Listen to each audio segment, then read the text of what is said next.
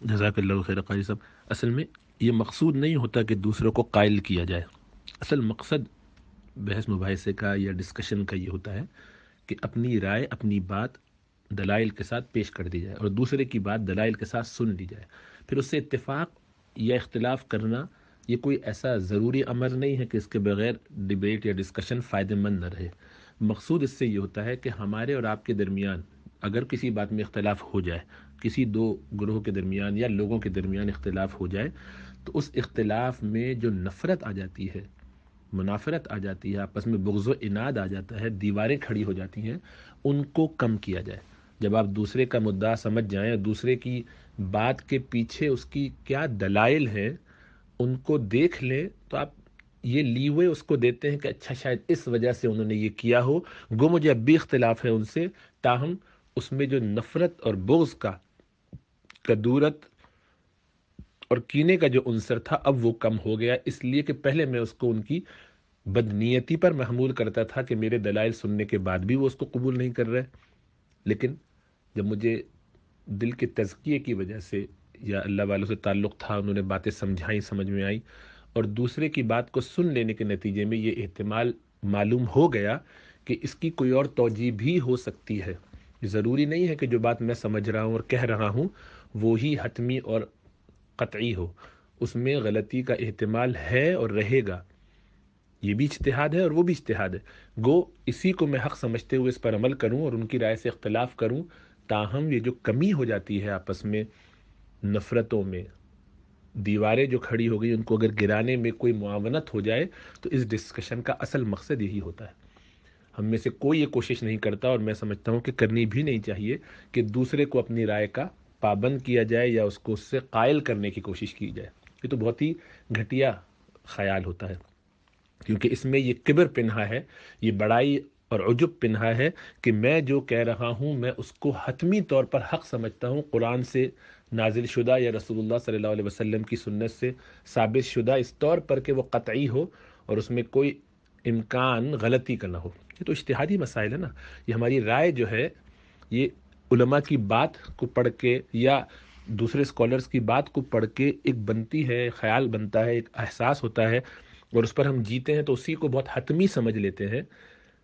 عمل تو اس پہ کرنا چاہیے، لیکن اس کے غلط ہونے کا احتمال بھی رکھنا چاہیے. جیسے امام شافعی کا مقولہ ہے اور مختلف بزرگوں کا کہنا یہی ہے کہ جب بھی ہم کسی ڈیبیٹ میں جاتے ہیں، امام شافعی تو یہ فرماتے ہیں کہ میں یہ دعا کر کے جاتا ہوں کہ یا اللہ یہ مناظرہ، یہ بحث مباحثہ جو ہو رہا ہے، حق کو میرے مقابل کی زبان پہ جاری فرما دے اور مجھے توفیق دے کہ میں اسے قبول کر لوں. تو قبول کرنا آسان ہو جائے گا.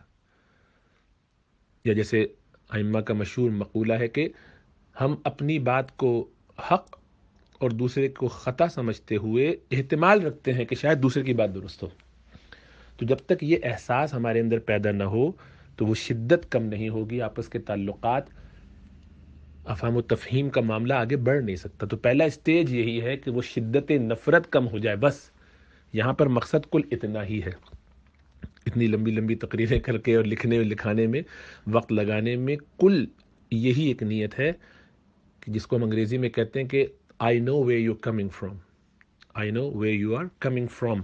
مجھے اب سمجھ میں آ گیا کہ تم کہاں سے یہ بات کہہ رہے ہو، کیوں یہ بات کہہ رہے ہو، تمہاری دلیل سمجھ میں آ گئی. گو میں اس سے اختلاف کروں یا اتفاق کروں، we can agree to disagree، لیکن یہ بات سمجھ میں آ گئی ہے کہ تم نے یہ بات اچھا اس وجہ سے کہی ہے. ٹھیک ہے، اب یہ سمجھ میں آ گئی.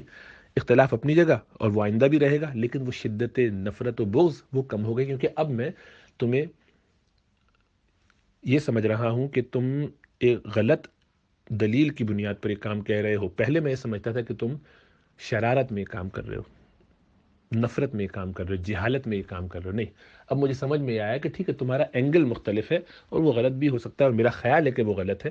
گو اس میں صحیح ہونے کا بھی کچھ امکان ہو، بشری تقاضے سے کچھ بھی کہیں بھی ہو سکتا ہے، میں بھی غلط ہو سکتا ہوں. لیکن یہ سمجھ میں آیا کہ تمہاری بات تو غلط ہے، علمی طور پر میں غلط سمجھتا ہوں، لیکن ایٹ لیسٹ مجھے یہ سمجھ میں آ گیا کہ تم اس میں کننگ ہو کر، شیطان بن کے، نفس اور شیطان کے دھوکے میں آ کر شرارت نہیں کر رہے ہو، بلکہ حقیقتاً تم ایسا سمجھتے ہو، اور اس میں تمہاری علمی کمزوری کی وجہ سے میں تمہیں ایک بینیفٹ آف ڈاؤٹ دیتا ہوں.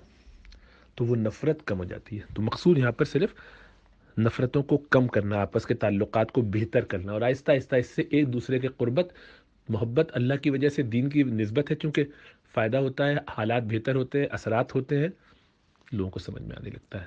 وہ سمجھ میں آئے یا نہ آئے یہ اللہ کا کام ہے. ہمیں تو خالی یہ کرنا ہے کہ وہ جو دلوں میں دوریاں آ گئی ہیں، بہت بڑے بڑے گیپس ہو گئے ہیں پڑھے لکھے دنیاوی تعلیم یافتہ طبقے اور اہل علم کے درمیان، ہم اس کو پاٹنے کی کوشش کریں. ان کا دفاع کرنے کا کل مقصد یہی ہوتا ہے.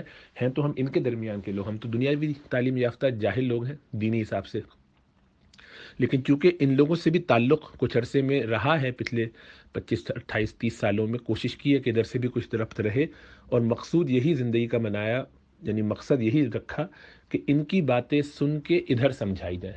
تو بس وہ خالی گیپ ہے جس کو کم کرنے یا فل کرنے کی کوشش ہے، اور یہی طلب ہے، یہی تڑپ ہے کہ تمام پڑھے لکھے لوگ دین کو پڑھ کے ان کی باتوں کو سمجھ لیں، اور سمجھنے کے بعد پھر اختلاف کریں اور اپنے طریقے پر رہیں، جو کرنا ہے کریں، اس سے کوئی فرق نہیں پڑتا. بس اس بات کو سن لیں، سمجھ لیں، تاکہ یہ جو ایک گیپ آتا جا رہا ہے اور جو بڑھتا جا رہا ہے اور آئندہ اور بڑھے گا اور خطرہ اس کا پیدا ہو رہا ہے، اس میں ہمارے حصے میں کچھ نیکی آ جائے کہ ہم نے کوشش کر لی. بس ہمارے تو پڑھے لکھے لوگوں کو، اپنے طلباء کو پڑھنے کا کل ایک مقصد یہی ہے کہ وہ جو ایک اپولنگ گیپ ہے بٹوین علماء اینڈ دا کامن پیپل، اس کو ہم کسی درجے میں پاٹ سکیں، تو یہ ان کو ایکسیس ہو جائے علماء کی باتوں پر. بس تو اگر یہ اچیو ہو جائے، ان کی باتیں سمجھنے کے بعد پھر رد کریں بھلے، تو ہم نے بہت کچھ حاصل کیا الحمدللہ. یہی ہماری معراج ہے.